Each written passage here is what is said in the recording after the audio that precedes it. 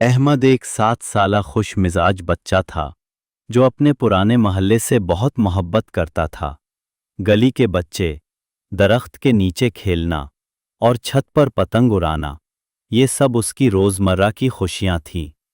ایک دن امی نے بتایا، احمد بیٹا، ہم اگلے ہفتے نیا گھر شفٹ ہو رہے ہیں۔ احمد کا دل بیٹھ گیا۔ اس نے کہا، امی، میرا پرانا کمرہ، میرا پیارا جھولا، سب کچھ یہیں رہ جائے گا۔ امی نے مسکرا کر جواب دیا، نہیں بیٹا، ہم نئی جگہ پر نئی یادیں بنائیں گے۔ شفٹنگ کے دن سب کچھ ڈبوں میں بند ہو گیا۔ احمد نے اپنے کھلونوں کو بھی الوداع کہا جیسے وہ ان سے جدا ہو رہا ہو۔ لیکن جب وہ نئے گھر پہنچا تو حیران رہ گیا۔ نیا کمرہ بڑا تھا، کھڑکی سے باغ کا منظر نظر آتا تھا، اور گلی میں بھی بچے کھیل رہے تھے۔ پہلی ہی شام کو ہمسایوں کے بچے احمد سے ملنے آ گئے۔ کچھ ہی دنوں میں وہ سب سے گھل مل گیا۔ احمد نے سوچا، نیا گھر تو پہلے سے بھی زیادہ مزیدار ہے۔